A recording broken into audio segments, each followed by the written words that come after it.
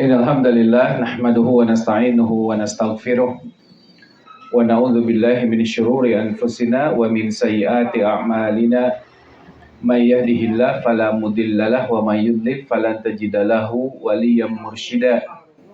Asyhadu an la ilaha illallah wahdahu la syarikalah wa asyhadu anna Muhammadan abduhu wa rasuluh alladzi la nabiyya ba'dah.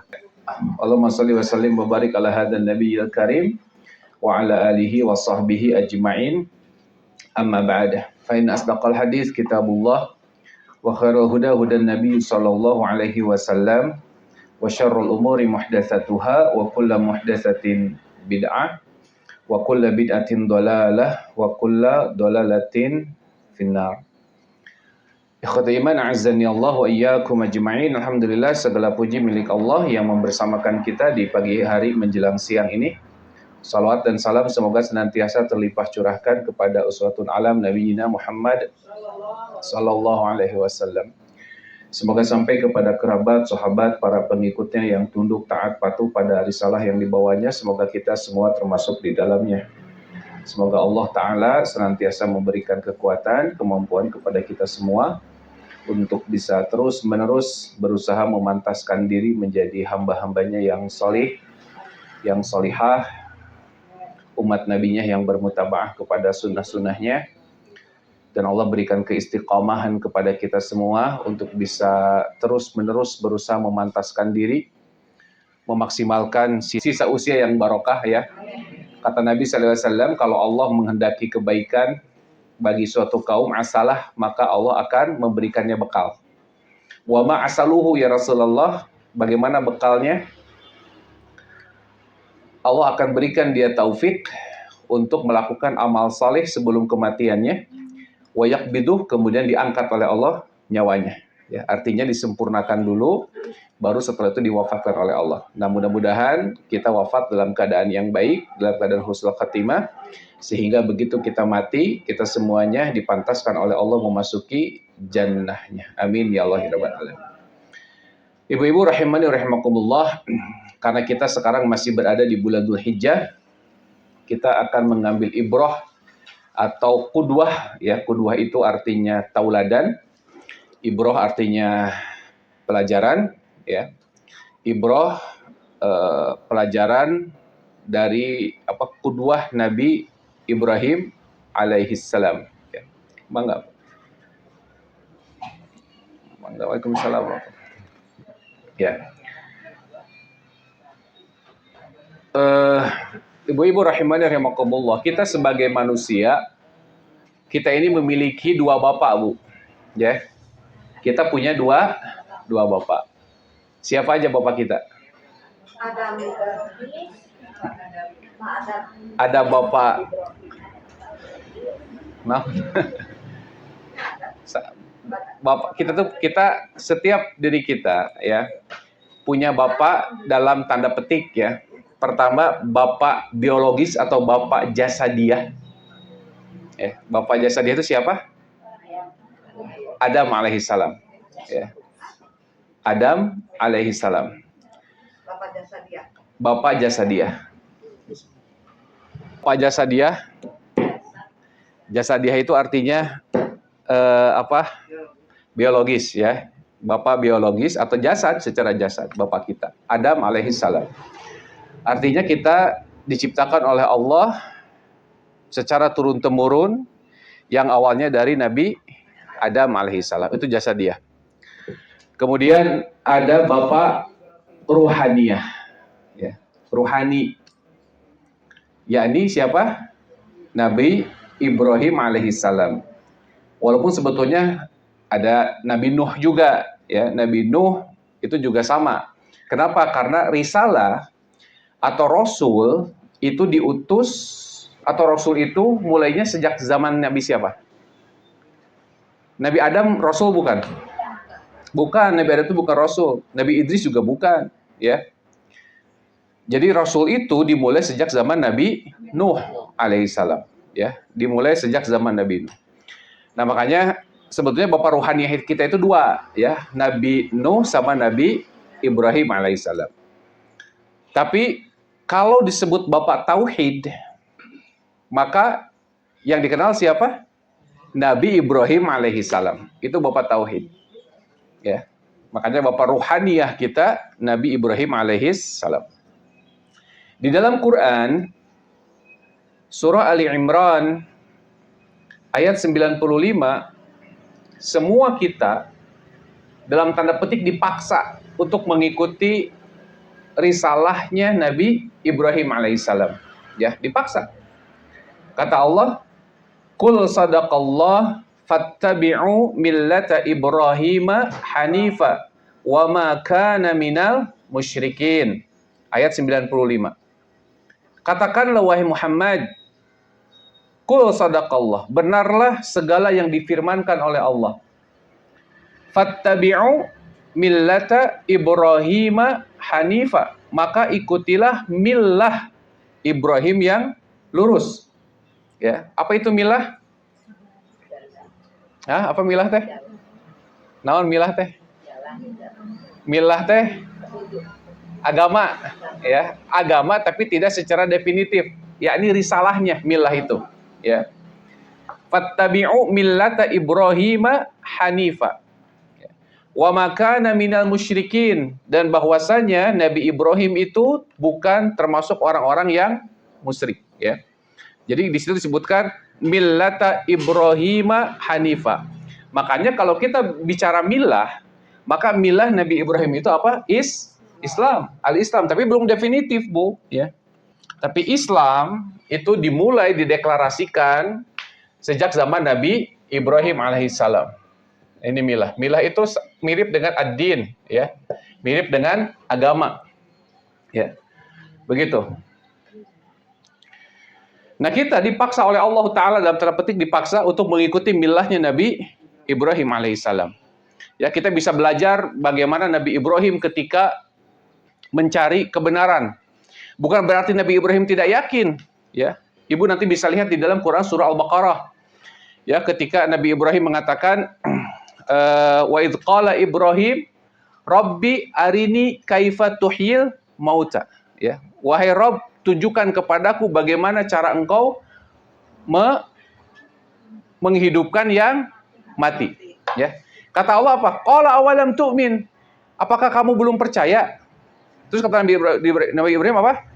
Bala walakin liyatma'inna qalbi. Saya percaya, cuman untuk semakin menenteramkan hati saya, ya. Nah, makanya ibu-ibu rahimani rahimakumullah, kalau Nabi Ibrahim itu bertanya atau meminta sesuatu untuk semakin memantapkan hatinya, bukan hanya sekedar kepo, ya. Naon kepo teh? Kepo teh pingin tahu, ya. Iya. Pingin tahu aja. Yo. Baik, ya. Jadi Nabi Ibrahim alaihissalam itu tidak mencari-cari sesuatu hanya sekedar main-main, hanya sekedar tahu. Tapi pengetahuannya harus aplikatif. Makanya Nabi SAW mengatakan begini. Min husni islamil mar'i tarkuhu mala yakni. Ya. Kesempurnaan Islam seseorang itu apa namanya? Dilihat dari apanya? Dari bagaimana dia meninggalkan sesuatu yang tidak bermanfaat. Ya. Makanya seorang ulama mengatakan begini. Allah itu mencintai 3 hal dan Allah membenci 3 hal. Allah mencintai 3 hal dan Allah membenci 3 hal. Pertama, Allah mencintai 3 hal apa saja? Qillatul akal. Ya. Yang dibenci, yang disukai oleh Allah itu pertama apa?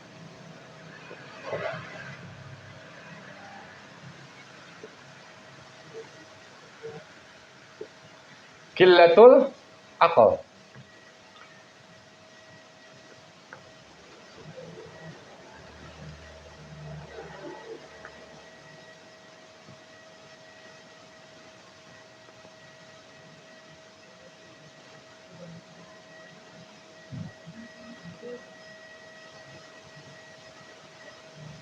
Nah, Bu, ini Bu hal-hal yang disukai oleh Allah Ta'ala. Pertama, qillatul akal. Apa qillatul akal teh? Sedikit makan. Ya.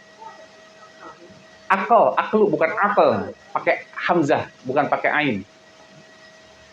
Qillatul akli, sedikit makan. Ya, Allah suka orang yang sedikit makan. Tapi Allah tidak suka yang sedikit-sedikit makan. So, sekarang penelitian itu ya banyak membuktikan, dan ini kata Nabi SAW, seburuk-buruk tempat itu perut. Ya. Dan memang dari perut itu muncul berbagai macam penyakit.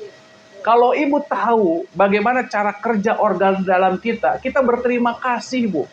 Bagaimana kerja pankreas, ya. Kenapa ada orang yang diabetes?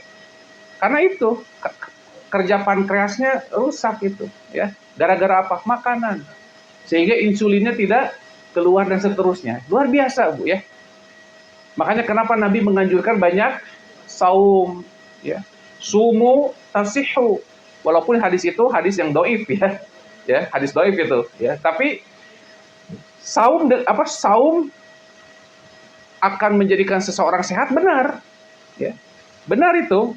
Walaupun hadisnya hadis dhaif, tapi secara penelitian banyak pengobatan yang disandarkan kepada puasa. Betul tidak? Ya. Bahkan orang-orang yang kegemukan itu disebutnya apa? Obesitas, ya. Itu pernah ada datang tuh. Saya juga suka di apa namanya? Kalau perut rada bucit sedikit ya. Suka diomelin sama istri, ya. Iya. Kenapa? Datang seseorang kepada Nabi, kepada Umar Ibn Khattab. Ya. Kemudian si sahabat Nabi ini dulu ketika zamannya Islam belum berjaya, dia kurus. Begitu Islam sudah berjaya dan dia itu menempati satu jabatan, kemudian badannya jadi gemuk. Ya.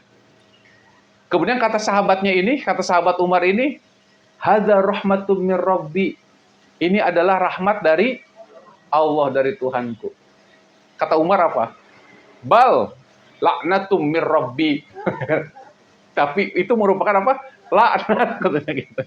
Ya, ini ucapan Umar, ya. Bukan berarti itu jadi rumus, enggak. Cuman sekali lagi, ya, Allah Ta'ala itu, ini perkataan ulama. Ya, perkataan ulama bukan perkataan Nabi sallallahu alaihi wasallam, ya. Qillatul akal, sedikit makan. Kenapa? Karena orang yang sedikit makan pasti bakal banyak saum, begitu. Dan saum itu kata Nabi sallallahu alaihi wasallam, barang siapa yang sauma yauman, barang siapa yang saum satu hari saja, fisabilillah, di jalan Allah, ya, saum apa? Bukan. saum eta bahkan jelas saum Arafah, saum Arafah kan tanggal 9 Dzulhijjah, atau saum Arafah itu. Man shoma yauman fi sabilillah, barang siapa yang saum sehari saja di jalan Allah,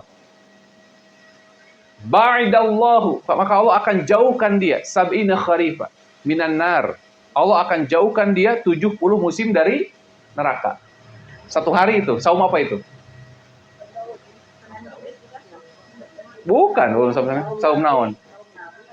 Saum naon, cing? Ya saum, fisabilillah.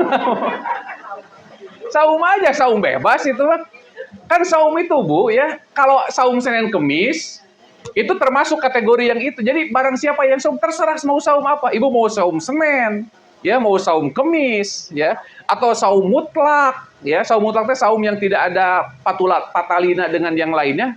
Bebas kan saum itu, yang penting tidak boleh di hari Jumat atau di hari Sabtu saja, kan? Gitu. Artinya saum yauman, ya. Maka Allah akan jauhkan dia 70 musim dari neraka.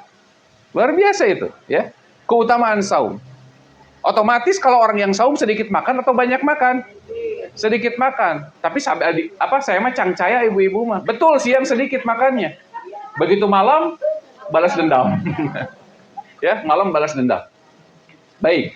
Yang kedua, yang Allah suka itu qillatun naum. Sedikit tidur. Sedikit tidur. Bukan sedikit-sedikit tidur. Orang hitam kayaknya. Ya. Qillatun naum, sedikit tidur. Gini, Bu, ya. Tubuh kita itu punya hak. Dan beda, Bu, ya. Kalau kita tidur malam, sama dengan tidur siang, walaupun durasinya sama, itu efeknya berbeda. Ya. Makanya tetap tidur teh malam-malam, Bu. Ulah jika kalong. Karena ibu bukan kalong. Ibu itu bukan kalong. Ya, tidur malam-malam. Kenapa? Karena di malam hari itu ada regenerasi sel. Dan itu hanya dilakukan di malam hari. Makanya kata Allah apa? Waja'alna laila libasa, waja'alna naumakum subata, waja'alna nahara ma'asya. Ya. Siang itu untuk apa? Untuk bekerja, ma'asya, cari ma'isyah. Ya. Cari ma'isyah dan Aisyah. Kalau malam itu untuk apa? Untuk baju, pakaian. Ternyata itu regenerasi sel kita, Bu. Luar biasa Islam itu, ya. Gitu. Makanya apa namanya? Kalau kita kan begini. Tidur itu kadang harus 8 jam. Tidak mesti 8 jam. Yang penting tercukupi. Ya. Kenapa? Karena ada waktu-waktu tertentu dan waktu tersebut itu digunakan untuk regenerasi sel kita. Dan itu hanya dilakukan di malam hari. Walaupun kita siang tidurnya 8 jam, itu tidak akan terjadi, Bu. Ya. Gitu. Tapi jangan terlalu banyak tidur. Kalau kita kan tidur ada 3 macam. Ada tidur formal, ada tidur informal, ada tidur non-formal. Tidur formal kapan? Ba'da Isya sampai dengan subuh. Tidur formal. Kena 8 jam. 3 orok ibu-ibu tanya. Ini kudu 8 jam. Ya. Ada tidur informal. Tidur informal teh biasanya ba'da duhur. Ya. Menjelang asar. Ya. Minimal 2 jam ibu teh tidur teh informal teh. Ya. Ada tidur non formal. Tidak formal. Apa? Di pengajian tidur. Nah itu non formal. Ya. Betul. Ya. Bapak-bapak Jumatan tidur. Itu non formal itu. Padahal tadi sudah ada yang formal sama yang informal. Ya. Nabi itu tidurnya sebentar. Nabi itu. Ya. Sebentar Nabi itu tidurnya. Ya. Lebih lama tidurnya, lebih lama sholatnya Nabi. Lebih lama sholatnya. Ya, lebih lama sholatnya Nabi itu. Ya. Makanya kenapa ibu-ibu atau manusia pada umumnya yang sudah usianya over 50 atau over 60, ya, betul tidak? Itu kenikmatan tidurnya senior ya, kenikmatan tidurnya sudah mulai diambil, betul tidak?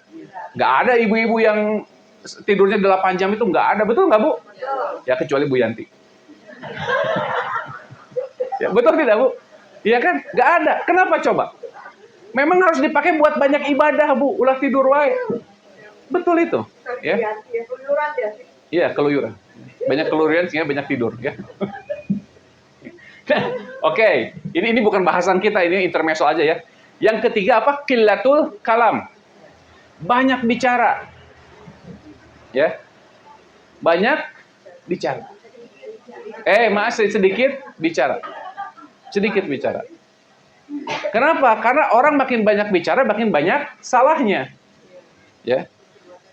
Kata Umar bin Abdul Aziz, beliau mengatakan begini, akar dari segala sesuatu yang tidak bermanfaat itu muncul dari lisan, dari mulut. Sok, coba. Ya. Kita kalau sudah bicara, itu kadang tidak terkontrol. Ya. Ngebicarain ini, ngebicarain itu. Ya. Gibah dan seterusnya. Itu qillatul kalam. Makanya Allah suka orang yang sedikit bicara. Ya, kadang saya sok sararieun ya. Kata Abdullah bin Mas'ud, kata Umar bin Abdul Aziz beliau bilang begini. Man adda barang siapa yang sering menghitung antara ucapannya dengan perbuatannya. Ya. Barang siapa yang sering menghitung mana yang lebih banyak antara ucapannya dan perbuatannya. Kalau sering menghitung, maka dia akan lebih banyak diam ketimbang berbicara. Betul tidak? Makanya coba hitung-hitung Bu, kita lebih banyak ngomong atau lebih banyak beramal? Banyak orang yang banyak omongnya, banyak bicaranya, tapi sedikit amalnya. Ya, bukan berarti kita tidak boleh ngomong ya. Makanya kalau saya bicara, kadang itu juga dijadikan sebagai sebuah motivasi, Bu, ya. Oh, tadi saya sudah ngomong begini, berarti harus diamalkan, begitu ya. Nah, sebaliknya Allah membenci lawan ini, ya. Allah membenci lawan ini. Pertama apa? Kasratul akal. Kasratul, jadi lawannya apa?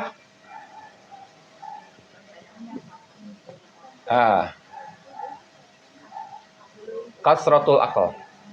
Yang kedua, kasratun naum. Yang ketiga, kasratul kalam. Ini lawannya. Allah tidak suka tuh orang yang banyak makan, ya, banyak tidur, kemudian banyak ngomong, ya. Gak ada artinya. Nah, makanya kalau Nabi Ibrahim alaihissalam ketika dia bertanya kepada Allah, itu hanya untuk sekadar apa? Memantapkan hatinya, meyakinkan hatinya. Begitu, ya. Contoh gini, Bu, ya. Ketika Nabi Ibrahim alaihissalam diperintahkan oleh Allah untuk meninggalkan Siti Hajar dan juga putranya Ismail dalam kondisi yang masih menyusui itu. Ya, masih menyusui itu. Nabi Ibrahim banyak ngomong nggak itu? Enggak banyak ngomong. Ketika Siti Hajar bertanya, Ibrahim, apa yang kau lakukan?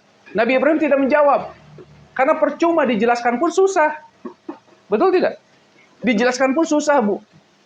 Kalau perintah Allah itu kadang tidak semuanya bisa masuk akal kita. Tapi begitu Siti Hajar, wahai Ibrahim, apakah ini perintah Allah? Baru Ibrahim menjawab apa? Iya, ini perintah Allah. Terus apa yang dilakukan Siti Hajar? Apa yang dilakukan Siti Hajar? Didukung, Bu. Didukung. Nah, makanya salah satu kenikmatan, kata Nabi SAW, min sa'adatil mar'i, di antara tanda kebahagiaan seseorang itu adalah apa? Ketika memiliki pasangan yang pasangannya itu menolong dia dalam urusan agamanya. Tong dibalik, ya. Ibu-ibu yang masih punya suami, ya, jurungkeun suami teh buka masjid. Tong dihalang-halang. Atau papa imamin saya di sini, papa, ya, pret. Nggak ada itu, nggak ada itu romantis kayak gitu, nggak ada itu, ya.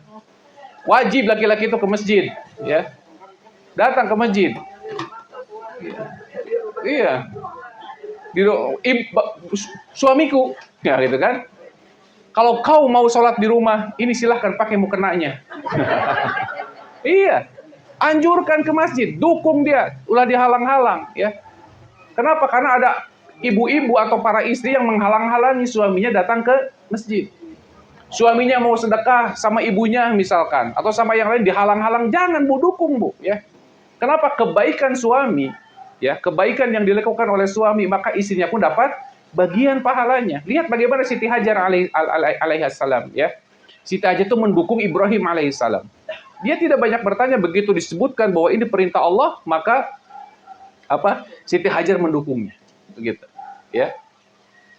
Singkat bicaranya, gitu ya. Nabi Ibrahim alaihissalam. Nah, kemudian ikhwati iman azani Allah wa iyyakum ajmain. Saya hapus ini, ya.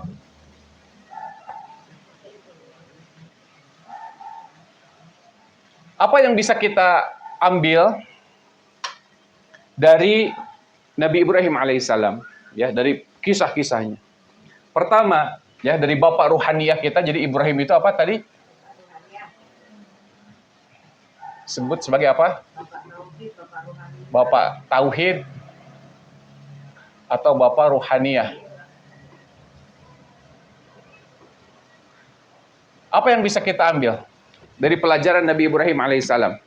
Dari millahnya, ya.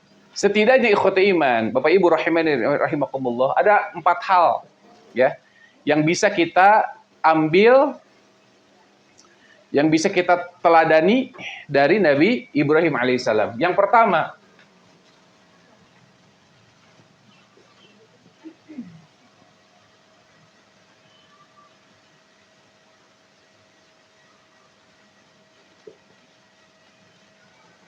As-siqatu binasrih.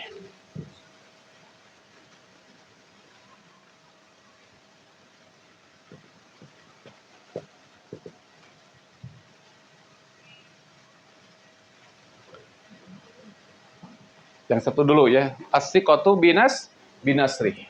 Apa binasrih, Bu?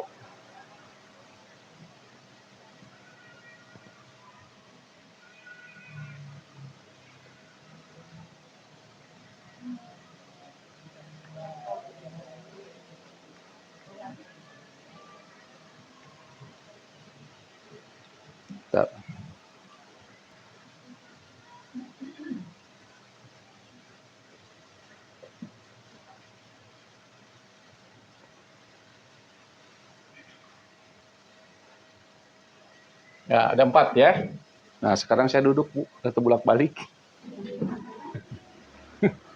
Ya. Yang pertama apa? As-siqatu binasrih. Keteguhan hati akan pertolongan Allah. Yang ini harus kita tiru, Bu. Ya. Keteguhan hati akan pertolongan Allah, akan pertolongannya. Kadang, ibu-ibu rahimani rahimakumullah, pertolongan Allah itu datang ketika kita sudah tidak bisa ngapa-ngapain. Betul tidak? Ketika kita sudah totalitas pasrah, baru datang tuh pertolongan Allah. Ya. Makanya Allah menguji bagaimana kesabaran kita, bagaimana tingkat tauhid kita, bagaimana husnuzonnya kita kepada Allah. Nah, Allah uji dengan berbagai macam kesulitan itu. Ibu nanti coba lihat di dalam Quran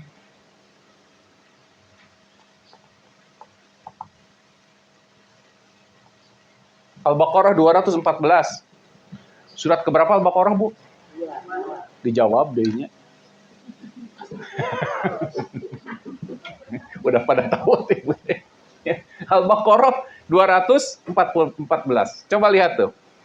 Bagaimana ujian Allah begitu luar biasanya. Kata Allah, am hasibtum an tadkhulul jannah walamma ya'tikum masalul ladzina khala min qablikum massathumul ba'sa wad-dharra wa zulzilu hatta yaqular rasulu wal ladzina amanu ma'ahu mata nasrullah. Coba perhatikan tuh. Ya. Am hasibtum an tadkhulul jannah. Apakah kalian menyangka akan masuk surga? Ya. Kalimat hasibtum, di sini ada kalimat hasibtum. Hasibtum itu sama seperti hisab ya Bu ya. Apa itu hisab? Sanes Muhammadiyah hisab teh Bu. Tekau ngadangu hisab Muhammadiyah. Apa hisab teh? Perhitungan, ya. Kalkulasi yang secara presisi itu hisab. Makanya ada ilmu hisab. Ya, Muhammadiyah menentukan penanggalan dengan hisab. Itu perhitungan yang presisi, dihitung secara presisi. Hasibtum artinya apa? Kita merasa dengan amalan kita akan masuk surga. Rajin ke pengajian abdi teh, ya. Padahal seminggu sekali kemis sungkul eta ge nya misalkan. Tapi mini asa pangrajina gitu kan. Ya. Kemudian kita teh bangun tengah malam, oke, ya. Bangun tengah malam teh bangun wungkul nya. Hari salat mah anggar we menjelang subuh. Ya. Kita merasa misalkan sudah, nah, itu hasibtum. Artinya gini, Bu, hasibtum itu secara kalkulasi kita menjalankan ketaatan. Ya, kita tidak bermaksiat kepada Allah, kita tidak melakukan dosa besar, maka kita berprasangka, boleh berprasangka boleh, ya. Kita akan masuk surga. Tapi ingat kata Allah, apakah kalian memperhitungkan dengan amalan-amalan kalian yang sebetulnya terbatas, yang sebetulnya minimalis, kalian akan masuk surga?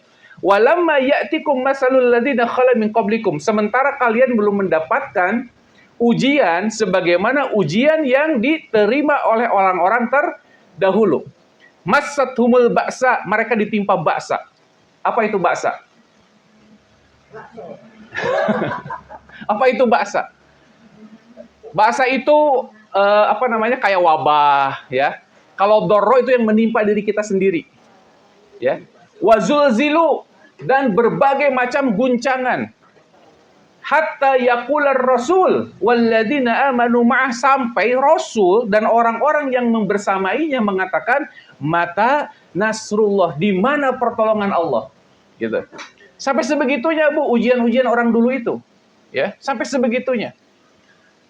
Nah, Nabi Ibrahim alaihissalam, coba perhatikan, Nabi Ibrahim itu sudah di ujung tanduk, ya, sudah diikat, dilemparkan pakai ketepel besar. Nabi Ibrahim itu. Terus apa yang diucapkan oleh Nabi Ibrahim alaihissalam? Malaikat Jibril datang menolongnya.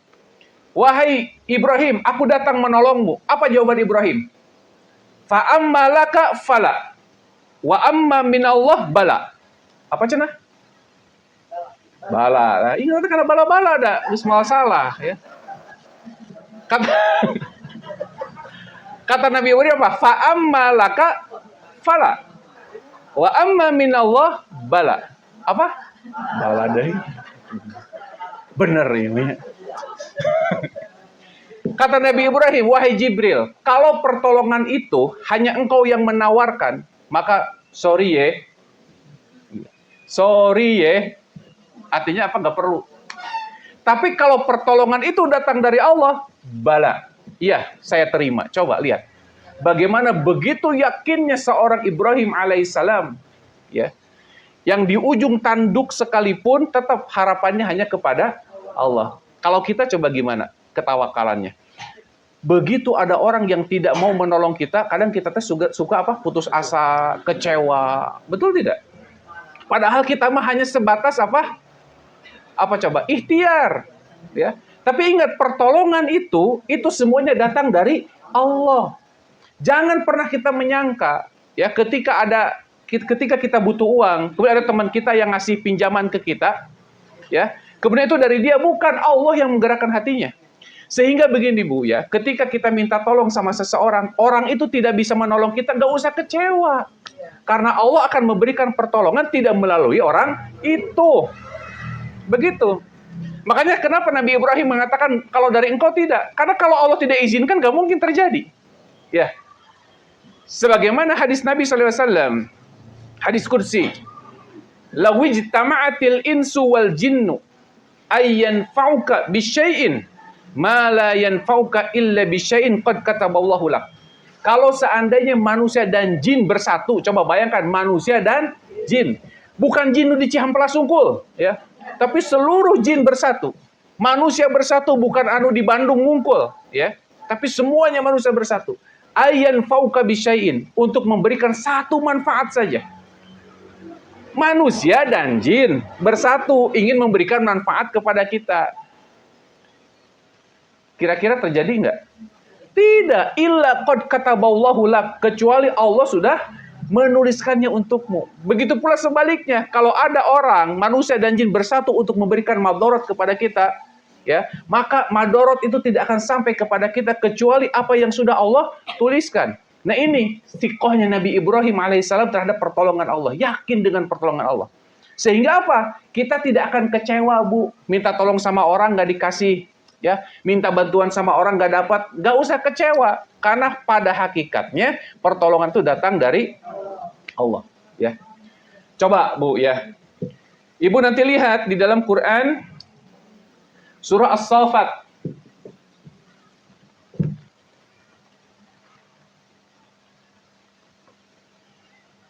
As-Saffat ayat 97.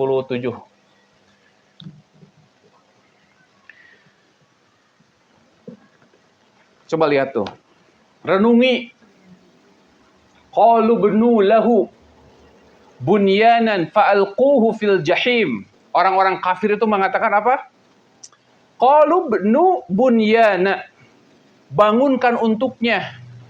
Maksudnya rumah dari api, bukan api kecil tapi api besar. Ya, bunyana itu artinya api yang besar. Fa'alquhu fil jahim. Maka kami akan lemparkan dia kepada api yang menyala-nyala. Coba. Ya. Lihat tuh.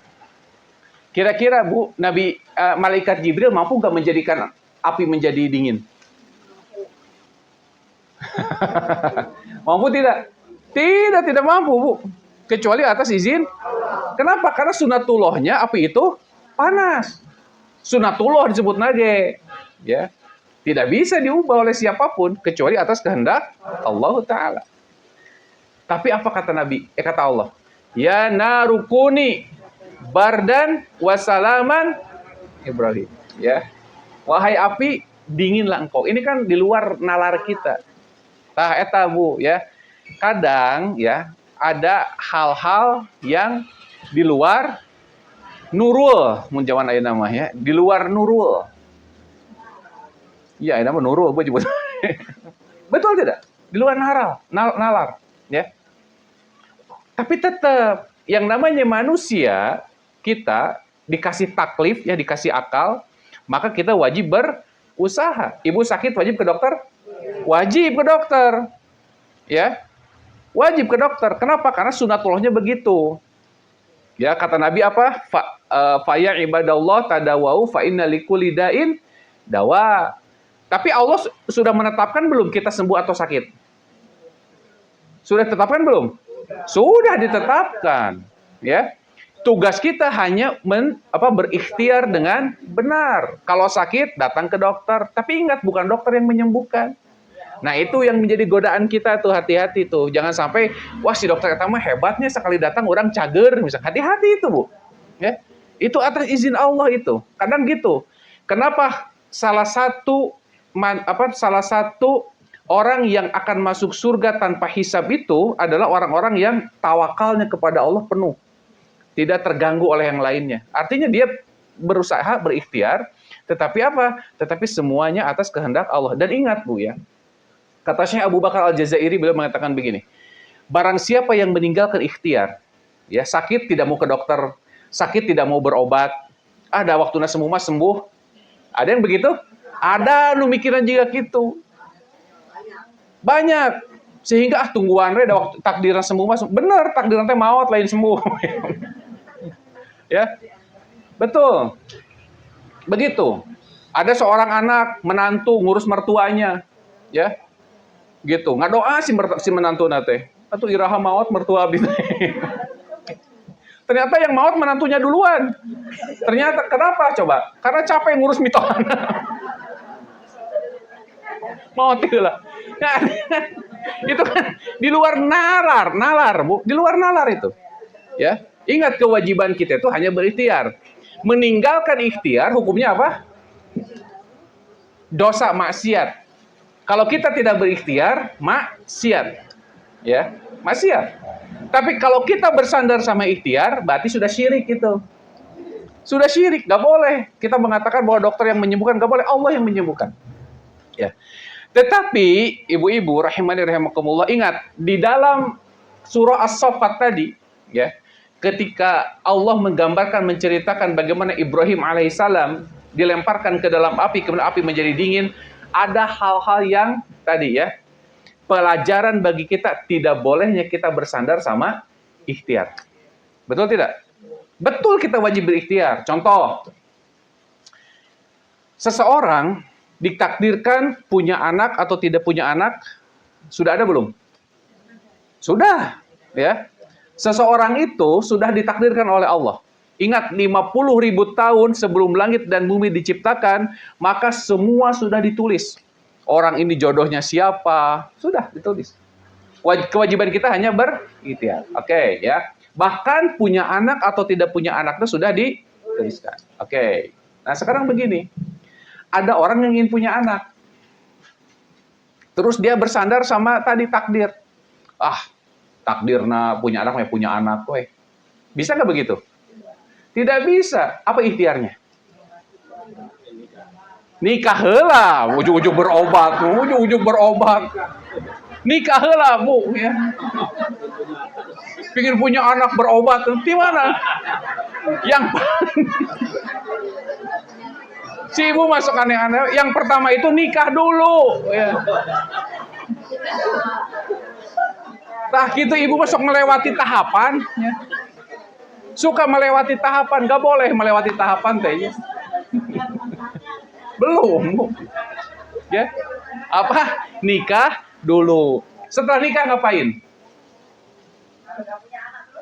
Ya kayak heula matana. Ya, setelah nikah ngapain? Iya, reproduksi dulu. Dan gak mungkin. Sek suami nate kaisi nate kita punya anak yuk. Hayu tapi pa betem-betem. Wah mungkin. Ya. Gak mungkin kan ukur di toel. Toel deui, toel. Gak mungkin punya anak. Harus ada apa? Reproduksi. Reproduksi tidak perlu dijelaskan, enggak usah, ya. Enggak usah dijelaskan. Itu namanya apa? Ikhtiar, usaha. Betul tidak? Nggak bisa orang itu, kalau sudah ditakdirkan mah nanti juga punya anak. Nggak mungkin. Harus ada ikhtiar. Tapi ingat, tidak boleh bersandar sama ikhtiar. Buktinya apa? Ada satu orang perempuan yang begitu solihah, tidak pernah tersentuh oleh laki-laki manapun. Walam yamsasni bashar. Ya. Siapa? Siti Maryam.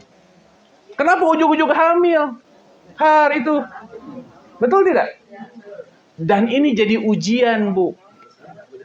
Iya. Walaupun sekarang juga banyak yang begitu. Ya. Tapi ingat, bapaknya nggak boleh ngaku-ngaku, budak saya mah juga Siti Maryam. Nah, teboga kabogoh reuneuh. Nggak mungkin, ya. Nah, itu hanya berlaku bagi orang terdahulu sebagai mukjizat. Sok Siti Maryam itu, Bu, itu didustakan tuh Siti Maryam itu, ya. Gimana orang yang soleh datang ke masjid, datang ke mihrab, ya, itu dituduh kamuflase. Betul tidak? Itu kan kadang begitu. Kalau ada orang yang melakukan maksiat tapi bertopeng agama, itu kan pasti vonis masyarakat itu jauh lebih berat. Ada koruptor misalkan, ya. Koruptor ngambil duit masyarakat mungkin orang biasa. Tapi ketika ada ustadz ngarampok duit masyarakat, itu vonisnya gimana coba? Vonisnya luar biasa itu. Nah, Siti Maryam pun dituduh seperti itu. Kamu pura-pura jadi perempuan baik, ya. Ternyata kamu kayak gitu kan. Nah, itu untuk menunjukkan kepada kita sebetulnya bahwa ada hal-hal di luar nalar kita yang semua atas kehendak Allah. Betul tidak? Ya. Wajib berikhtiar, tapi tidak boleh bersandar sama ikhtiar. Karena ada sesuatu yang di luar nalar kita. Makanya nggak boleh kita bersandar sama ikhtiar. Contoh lain. Nabi Musa alaihissalam. Fadrib bi'asakal bahar. Ya. Fadrib bi'asakal bahar. Kau pukul itu, apa namanya? Tongkat. Kau pukul itu lautan dengan tongkat. Nah, masuk akal tuh. Termasuk akal, Bu. Tapi itulah ikhtiar maksimal yang bisa dilakukan oleh Nabi Musa alaihissalam. Ikhtiarnya cuma itu. Dan kalau itu perintah Allah, kerjakan. Ya, nggak usah nanya. Naon maksudnya ya tongkat dipu. Nabi Musa tidak bertanya. Itu namanya istijabah fauriyah. Nah, kita harus punya itu, Bu. Harus punya istijabah fauriyah. Kalau kita ingin menjadi muslim yang baik, muslim yang taat, harus punya karakter ini. Al-istijabah al-fauriyah. Ya, istijabah fauriyah itu artinya respon spontanitas. Ya. Tolong tanya. Kalau itu datangnya dari Allah. Seperti misalkan ada lalat masuk ke gelas. Jangan banyak tanya, Bu, amalkan. Masuk, celupkan, buang lalatnya, lain buang China. Iya, biasa aja. Ya. Ada makanan jatuh ke bawah. Kalau ada debunya, kata Nabi, bersihkan. Gak usah banyak tanya. Ya. Kadang kita itu merasa lebih pintar, lebih tahu, lebih segala-galanya. Hati-hati. Ya. Lihat Nabi Musa alaihissalam. Disuruh memukulkan tongkat, dikerjakan.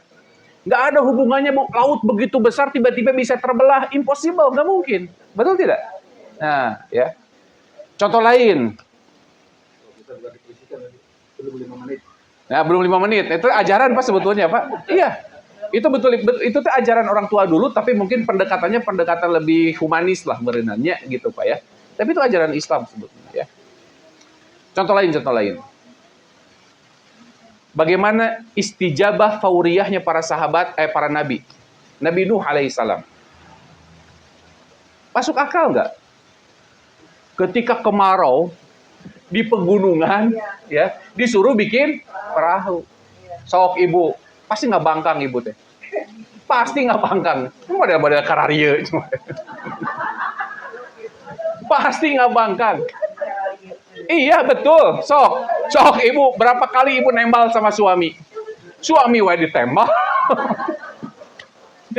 Betul tidak? Kan saya mah bukan istri. Jadi nggak mungkin nembal suami. Betul ya? Sok coba ya. Nabi Nuh, makanya Nabi Nuh disebut gila coba.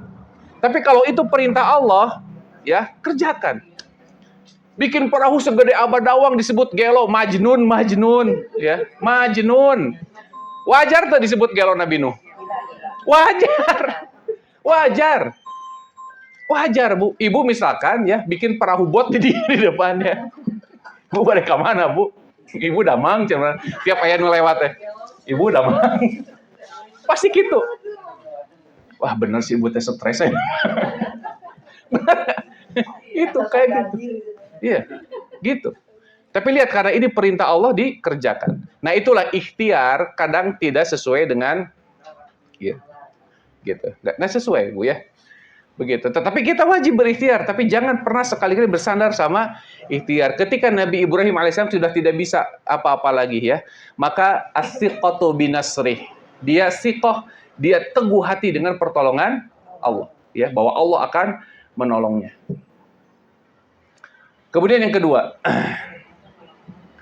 as-siqatu birizqih. As-siqatu birizqih. Teguh hati, keteguhan hati dengan rizkinya. Tah, jaminan, Bu. Ingat, Bu, tidak ada manusia pun yang hidup di dunia kecuali Allah jamin rizkinya. Badai halal, badai haram. Betul, ya. Ada orang yang cari dengan cara yang haram, padahal kalaupun halal tetap dia dapatnya segitu loh. Ya. Wa ma min dabbatin illa 'ala Allahi rizquha. Tidak ada satu dabah pun, tidak ada satu makhluk pun yang meletak di muka bumi ini kecuali atas tanggungan Allah rizkinya. Ya. Ingat pelajaran yang kemarin, rizki yang paling rendah itu apa, Bu? Harta. Harta itu rizki yang paling rendah. Makanan itu rizki yang paling rendah. Kenapa? Karena semua makhluk diberi oleh Allah. Bahkan binatang pun diberi oleh Allah. Bagaimana tawakalnya burung?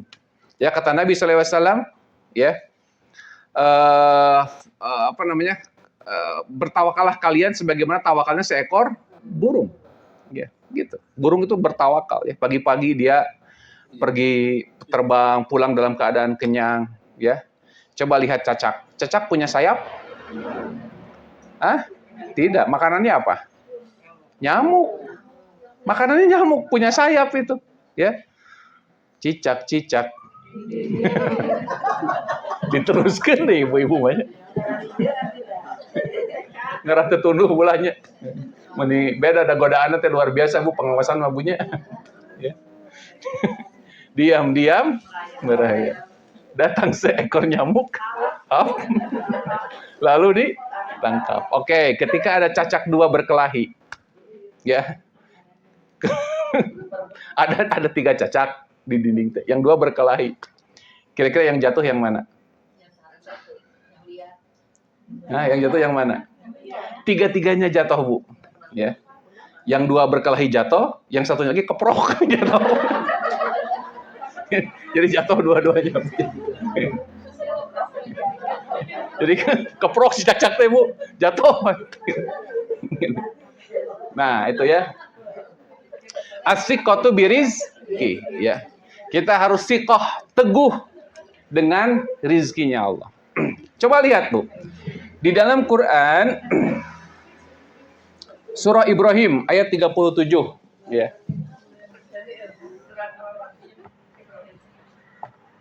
Ibrahim 37. Coba perhatikan nih, ya. Tadi, Bu, ya, ada perintah Allah yang tidak sesuai dengan logika. Tapi kalau itu perintah Allah, maka Nabi Ibrahim tidak kasratul kalam, tidak banyak bicara. Ya. Kata Nabi Ibrahim apa? Rabbana inni askantu min dzurriyyati biwadin ghairi dzi zar'in inda baitikal muharram. Rabbana liyuqimus shalah faj'al afidatan minan nas tahwi ilaihim warzuqhum minas samarati la'allahum yashkurun, ya. Kebayang nggak, Bu? Ada seorang bapak baru punya anak, anaknya masih disusui, tiba-tiba ditinggalkan bukan di tempat saudaranya, bukan di hotel, ya, bukan di tempat yang ada pohonnya, bukan. Di tempat yang begitu tandus, nggak ada apapun di situ. Nggak ada tempat nyuhan sedikit pun. Lamun Bapak diperintah gitu, nurut mau apa kira-kira Pak? Kira-kira nurut mau? Ibu-ibu nurut mau kalau diperintah gitu? Nya mau nurut. Nya sanu marentahanan nabi nagi geus teu aya. Mau tong nurut, Bu. Ulah tong sok ngajago. Ibu-ibu nurut Bang mun dipiorang itu. Nurut. Saha nu ngaranna orang. Sok aneh-aneh wae mah. Tong nurut ya. Da teu saya nabi oge. Ini kejadian hanya ya, pelajarannya apa? Apapun yang datang dari Allah, dari Rasulnya, kerjakan. Itu aja pesannya, ya. Adapun kasusnya, keadaannya itu jangan disamakan, nggak boleh. Kayak tadi misalkan ibu pingin ngetes karena ibu teh orang beriman, ibu teh nyepeng nyepeng kompor dikieukeun ya. Hayang jiga Nabi Ibrahim, nggak bisa, ya, nggak bisa. Atuh nah hanya saya mah beda jeung Nabi Ibrahim. Nabi Ibrahim mah bisa tiis api teh. Kenapa saya mah angger panas? Moal bu genghek ibu nya. Ibu mah gengheknya. Apa genghek sih ibu? Biasa gaul jeung tukang surabi gitu. Ya. Lihat tuh. Nabi Ibrahim yakin bahwa putranya sama istrinya itu tidak mungkin ditelantarkan oleh Allah. Terus kita ambil pelajaran dari situ. Ya, asikotu birizki. Siti Hajar berusaha tidak setelah suaminya pergi, lihat anaknya masih disusui, otomatis kan butuh energi. Ibu-ibu yang menyusui, ya, itu makannya kan makin rampus, makin rewog. Ya, RW 0 genep pokoknya mah. Ibu-ibu yang menyusui itu, hayang ngeteh ngemil, betul tidak? Ya. Betul iya kan? Betul kan? Lapar we itu karena disedot terus. Dua-duana disedot nanti ya. Itu bisa sabelah, ya. Harus dua-duanya. Artinya nutrisinya itu apa? Wah, terkuras. Dalam kondisi seperti itu, ya, cuaca panas, gersang, nggak ada tempat berteduh. Nabi Siti Hajar ikhtiar tidak? Ikhtiar, lari ke sana kemari, ya. Padahal jelas yang pertama di sofa tidak ada. Lari ke Marwa, tapi penasaran balik deh. Lari lagi, terus di tempat yang sama bulak-balik, ya, susuganan teh. Ya, ternyata munculnya apa? Di tempat Ismailnya didudukan. Kecewa tidak Siti Hajar? Nyaho kieu mana naonan bulak-balik. Sok, ibu sering nggak ngomong begitu? Tah, hati-hati itu. Ucapan itu bisa merusak akidah. Ketika ibu kecewa, ya, ketika hasil tidak sesuai dengan ekspektasi, itu hati-hati, itu mencoreng akidah itu. Siti Hajar tidak pernah mengatakan nanaonan urang bolak-balik 7 kali ki nyaho caina keluar ti dia mah. Hati-hati, Bu. Hanas tadi beli roti ke Indomaret, ngedingan ngalewat tukang roti teh, tak ulah gitu teh. Iya, itu sederhana, simple, Bu, tapi itu merusak akidah. Ulah hanas-hanas gitu, ulah. Hanas iya, hanas itu, ulah. Hati-hati loh, Bu ya, ulah hanas-hanasan. Ya, kalau mau makan pisang yang sedang hanas-hanas itu nggak boleh. Hanas kan nih. Hanas milih, itu nggak boleh ya. Nggak boleh, Bu. Nggak boleh menyesali sesuatu yang sudah terjadi. Siti Hajar nggak pernah mengatakan itu. Justru jadi syariat. Ya, coba. Nah ini juga menunjukkan bahwa ikhtiar atau hasil tidak sesuai dengan ikhtiar. Kan yang diharapkan air keluar dari mana? Dari sofa atau dari Marwa, itu yang diharapkan. Tapi malah keluar dari kakinya Ismail alaihissalam. Begitu pula dengan rizki kita, Bu. Kita hanya wajib berikhtiar, ya. Tetapi apa? Hasilnya terserah Allah, ya. Bukan kita yang menentukan, ya. Gitu. Dan besaran kecil itu belum tentu itu menjadi keberkahan. Saya pernah dapat ujian, saya sharing ya di sini. Ketika Ramadan kemarin, Bu ya. Saya dapat jadwal di satu masjid. Masjid kecil lah, ya, bukan masjid besar, masjid kecil lah. Itu teh hari apa tuh? Hari malam Ahad atau malam Ahad. Ramadan kemarin. Tiba-tiba ada yang nawarin dari Trans Studio. Bukan prestisiusnya di Trans Studionya. Kira-kira kagoda tuh, Bu? Ya kagoda lah. Aduh, emangnya. Kadang-kadang ya ini sebagai manusia, ya maksudnya Bu, kalau kita mikirnya cuma sebatas rizki, kalau tadi teringat bahwa rizki itu sesuatu yang paling rendah, ingat ya. Lamun teu mikir kadinya, makanya kenapa kita tuh banyak ngaji, banyak sharing ya. Biar kita tuh teringatkan ya. Kalau kita nggak ingat bahwa rizki itu yang paling rendah ya di hadapan Allah, kadang kita dapat besar, sementara orang kafir pun dapat besar. Betul tidak? Nggak ada bedanya. Kan seorang muslim harus cari keberkahannya. Ya. Tapi sempat bingung, sebagai manusia sempat bingung. Wow, cari pembenaran heula. Di sana kan jamaahnya lebih banyak. Tentu dakwah kita akan lebih didengar banyak orang. Teh Bu hasutan kita teh padahal mah. Ya. Bener we pas begitu di masjid kecil tehnya baru udah kumpul. Tapi dah kena naon ya. Ya. Ya kan kita mah kan hanya sebatas menyampaikan. Adapun mad'unya, mad'u itu yang yang didakwahinya, ya itu mah kan bukan kita. Nabi Ibrahim aja cuma 3 guruntul kok. Ya. Nabi Ibrahim, ya itu yang mengikutinya berapa orang? Hanya seberapa gelintir orang, Bu. Nabi Ibrahim itu. Nah kita tuh harus diingetin itu ya. Jangan sampai kita milih nu berharap rizkinya lebih gede, ya. Tetapi kita mengecewakan yang kecil, padahal di situ keberkahannya lebih gede misalkan. Betul tidak? Hati-hati ya. Kita mah hanya wajib ikhtiar yang terbaik, tidak menyalahi gitu. Betul tidak? Ya ingat tuh, ya. Allah yang menetapkan rezekinya. Ya Siti Hajar bolak-balik tapi airnya malah keluar dari kaki Ismail. Apalagi coba? Banyak. Siti Maryam ketika sedang hamil. Ya. Coba Siti Maryam ya ketika sedang ujug-ujug kayak makanan. Ya. Wajada gimana? Kita kelemahan aditanya lamun ngawas di payudan anu lalimperan kabawakeun.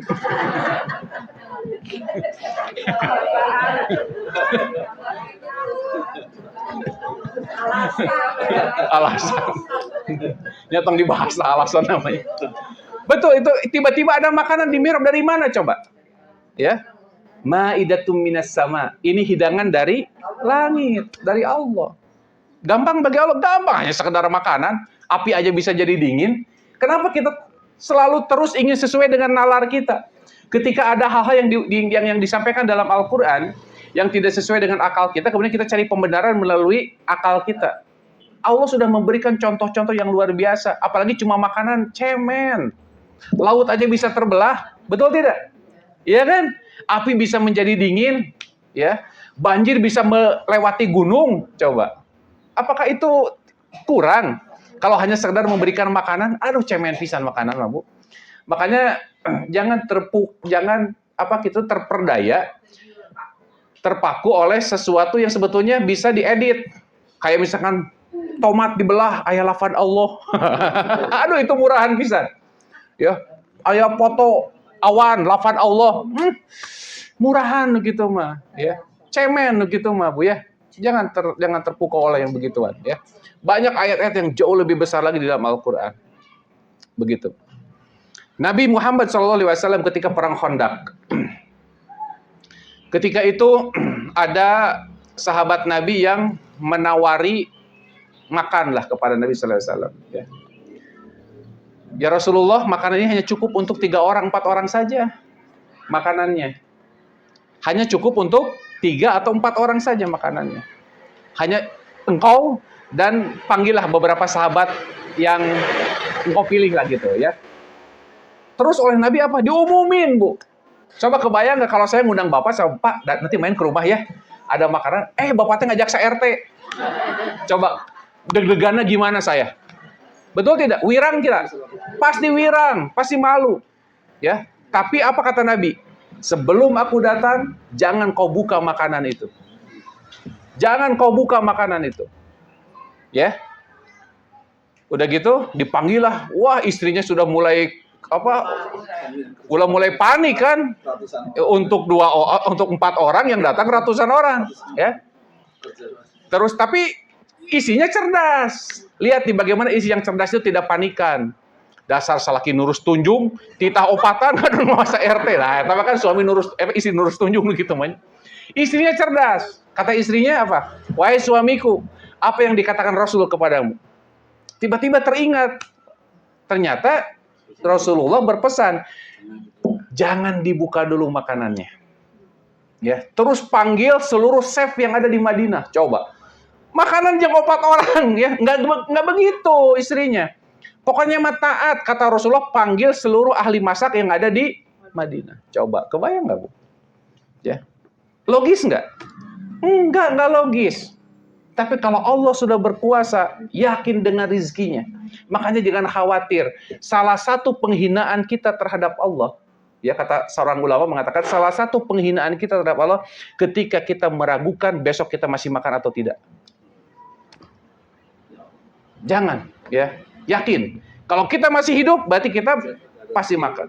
Kalau kita nggak makan, mati. Memang sudah habis rezeki kita. Ya simpel. Simpel. Kalau kita mati karena nggak makan, memang sudah habis rezeki kita di dunia. Karena tidak ada seorang pun yang mati kecuali sudah disempurnakan rezekinya. Paham ya? Jadi harus yakin terhadap rezeki dari Allah Ta'ala. Itu Nabi Ibrahim alaihissalam. Ya. Yang ketiga, as-siqatu bihidayatih.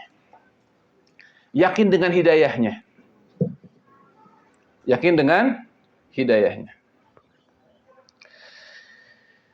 Ini ada di Quran surah As-Saffat ayat 30, ayat 99.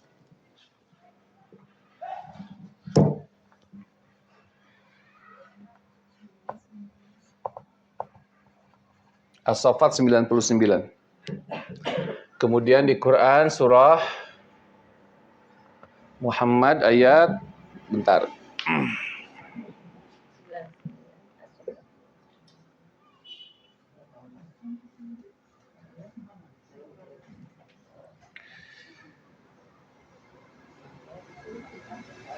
(17)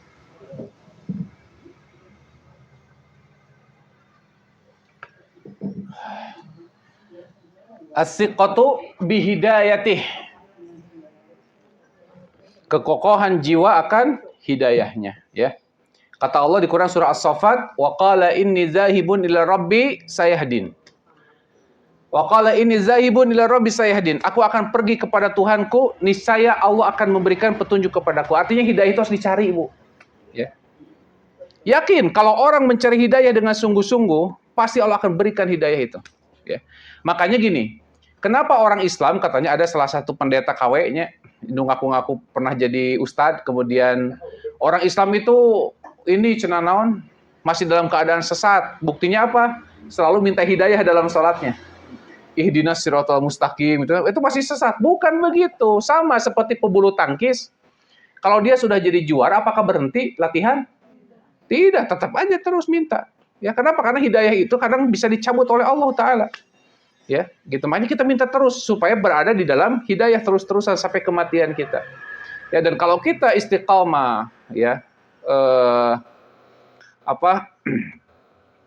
istiqomah mencari terus, maka Allah tidak akan menelantarkan kita. Allah tidak akan menelantarkan kita selama kita berusaha mendapatkan hidayah tersebut. Sebagaimana di Quran surah Muhammad ayat 17, walladzina ihtadaw zadahum huda wa atahum taqwahum. Ya. Walladzina ihtadaw huda.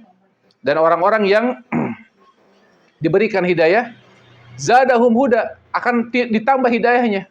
Wa atahum taqwahum, dan akan diberikan kepada mereka ketakwaan. Ya. Jadi hidayah itu harus dicari. Dengan cara seperti ini, Bu, ya. Dicari hidayah itu.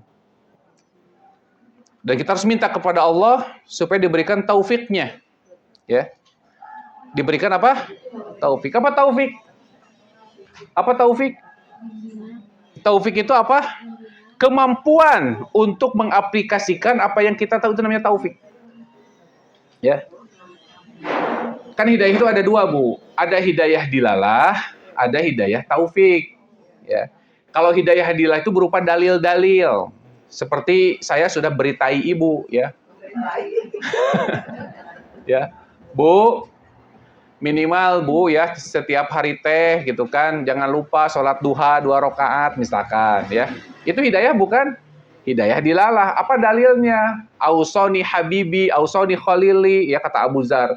Telah mewasiatkan kepadaku kekasihku siapa? Rasulullah SAW. Supaya apa? Supaya sholat 2 rakaat duha, supaya witir, supaya saum 3 hari dalam setiap bulan. Itu kan wasiat Nabi, ya.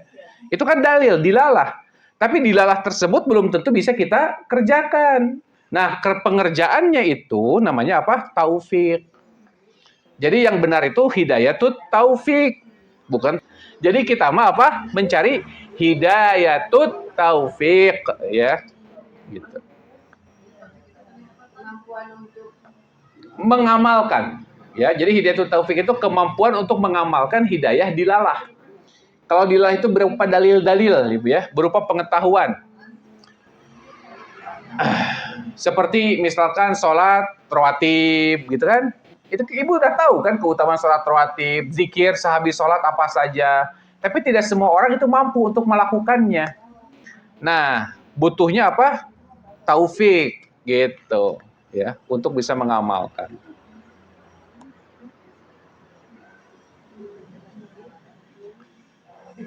Yang terakhir, as-siqatu bi amri. Siqah atau keteguhan hati dalam menjalankan perintahnya, ya. Ini sebetulnya tadi sekilas sudah kita bahas, ya.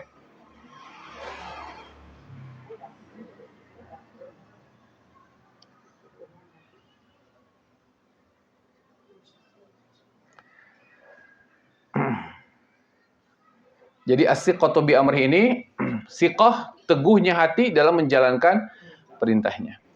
Contoh misalkan, ya, ketika Nabi Ibrahim alaihissalam diperintahkan oleh Allah untuk apa? Menyembelih Ismail. Logis tuh, Bu? Itu logis. Kita diperintahkan oleh Allah untuk mengambil makanan yang jatuh saja susahnya minta ampun. Makanya wajar, Bu, ibu-ibu teh dilahirkan di zaman sekarang. Namun di zaman Nabi Umar jadi Abu Jahal. Bener. Bersyukur ibu teh lahir di zaman now, ya. Bener. Bateing di zaman baheula mah ibu teh jadi Hindun. Walaupun Hindun masuk Islam ujungnya, ya. Betul tidak? Kenapa? Karena ternyata kita mah banyak mengingkarinya. Ya, diperintahkan ngambil lukmatan itu serpihan makanan, kita menolak, ya. Banyak sunah-sunah yang kita tinggalkan. Betul tidak? Iya, gitu. Lihat Nabi Ibrahim alaihissalam. Nabi Ibrahim itu minta-minta kepada Allah, Rabbi habli minas salihin.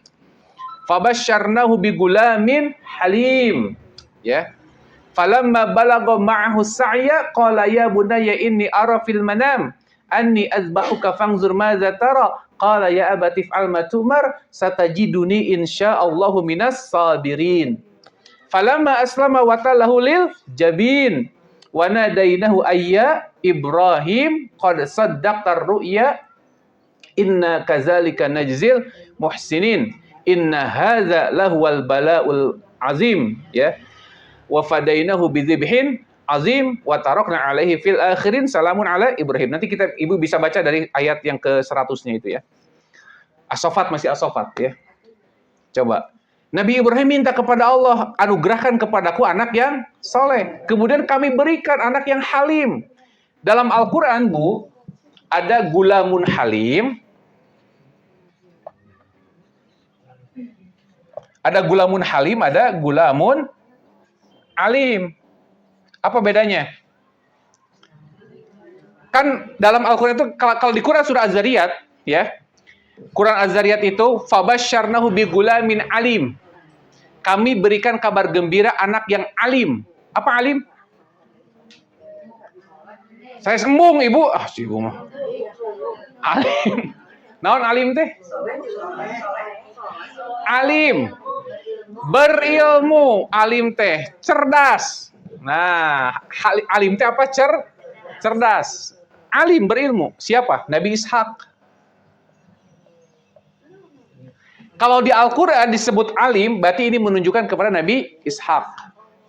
Kalau halim, ini Ismail. Ya. Halim itu penyabar. Jadi gini, kalau halim itu IQ, kalau halim itu EQ. Hah? Emotional question. Ya. Quotient ya. IQ ini IQ. Atau ini mah SQ lah gitu ya. Iya. Gitu ya. Kalau alim itu IQ-nya. Nabi Ishak itu kan cerdas, ya, pintar. Tapi lihat dari kecerdasan turun para nabi kan. Tapi tetap penutupnya tetap dari aliran yang IQ-nya, disempurnakan semuanya oleh ini. Percuma orang pintar tapi tidak punya, ya, nggak punya adab, ya. Orang pintar tapi nggak bisa gaul, pintar tapi nggak bisa gaul. Sementara gaul itu kan butuh dengan IQ, ya, sama SQ-nya, betul tidak? Tata krama dan itu kan IQ. Ada orang yang pintar tapi hanya bisa di komputer aja, ya. Ditanya sama orang teh, nggak bisa apa namanya, nggak bisa komunikasi. Ada orang yang begitu. Ada yang begitu, ya. Nah, di Al-Quran ada halim, ada alim. Tentu bukan berarti Nabi Ishak seperti yang digambarkan tadi, tidak. Cuman biasanya kalau apa IQ itu begitu ya, kalau tidak dibarengi dengan SQ, ya. Nah, Allah itu memberikan kabar gembira dengan anak yang halim. Siapa? Ismail alaihissalam. Makanya ketika Ibrahim falamma balagha ma'ahu sa'ya, ketika Ismail itu sampai kepada balik ya, ma'ahu sa'ya, untuk bisa usaha bareng-bareng, artinya sudah remaja lah ya, udah bisa disuruh ini itu gitu kan. Kemudian kata Ibrahim, inni ara fil manam, aku ini mimpi, ya, aku melihat dalam mimpiku. Ismail juga paham, bapaknya teh Nabi. Kalau mimpi berarti wahyu. Beda mun ibu mimpi, ya. Pasti aya kahayang. Nah, ya kan? Gitu, ibu-ibu mah, ya. Nah, kedua kata Ismail apa? Ya abatif alma tu'mar. Temikir heula, Bu. Padahal Nabi Ibrahim itu dengan penuh kelembutan, ya, dengan penuh kasih sayang, dia menggunakan kalimat ya bunaya. Ya bunaya itu artinya anaking, bager, soleh gitu lah ya bunaya teh. Bukan dengan sebutan ya waladi, bukan, tapi ya bunaya. Artinya panggilan sayang terhadap anak. Unzur ma taro, coba kamu pikirkan dulu deh, gitu kan? Bagaimana mimpiku itu? Jadi unzur itu diperhatikan dengan seksama, dipikirkan dengan baik-baik, artinya butuh waktu berhari-hari. Tapi Ismail itu dengan respon spontanitasnya, apa tadi istilahnya? Istijabah fauriyah. Ya abatif al matumar, Bapak kerjakan. Tah eta Bu, nikmatnya punya keluarga yang menolong kita dalam urusan akhirat. Nah, mama hayang umroh, lebar atuh mah duit nama, mending pakai nyicil. Ada yang begitu? Ada. Anaknya tidak mendukung, padahal duit ibu. Ya, atuh mate geus kolot nanaonan umroh mah. Mungkin wariskeunnya ka Ujang. Nah, itu tidak mendukung, Bu. Lihat Ismail. If'al ma tu'mar. Satajiduni insyaallahu minas sabirin. Niscaya engkau akan mendapatiku sebagai orang yang sabar. Tah, as-siqatu bi amrih, ya. Kalau Allah memerintahkan sesuatu, pasti ada kebaikan di dalamnya. Gak usah kita nawar-nawar, Bu. Allah mah khalik, kita mah makhluk. Khalik pasti tahu kebutuhan makhluk. Ya, jadi jangan terlalu mempertimbangkan sesuai dengan pertimbangan nalar kita. Ya, itu 4 hal ibu-ibu ya yang bisa kita ambil ibroh atau tauladan dari Ibrahim alaihissalam. Pertama apa? As-siqatu bin nasrih, ya. Keteguhan hati dalam mendapatkan pertolongannya. Yang kedua, as-siqatu bi rizqih, ya, keteguhan hati dengan jaminan rizkinya. Yang ketiga, as-siqatu bi hidayati, keteguhan hati dengan hidayahnya ketika kita mau mencari hidayah tersebut. Dan yang terakhir, as-siqatu bi amrih, teguh hati dalam menjalankan perintahnya. Karena di balik setiap perintah pasti ada kebaikan. Tidak mungkin Khalik itu menjerumuskan makhluknya, pasti untuk kebaikannya. Aqulu qouli hadza wa astaghfirullahaladzim li wa lakum walhamdulillahirabbil alamin. Assalamualaikum warahmatullahi wabarakatuh.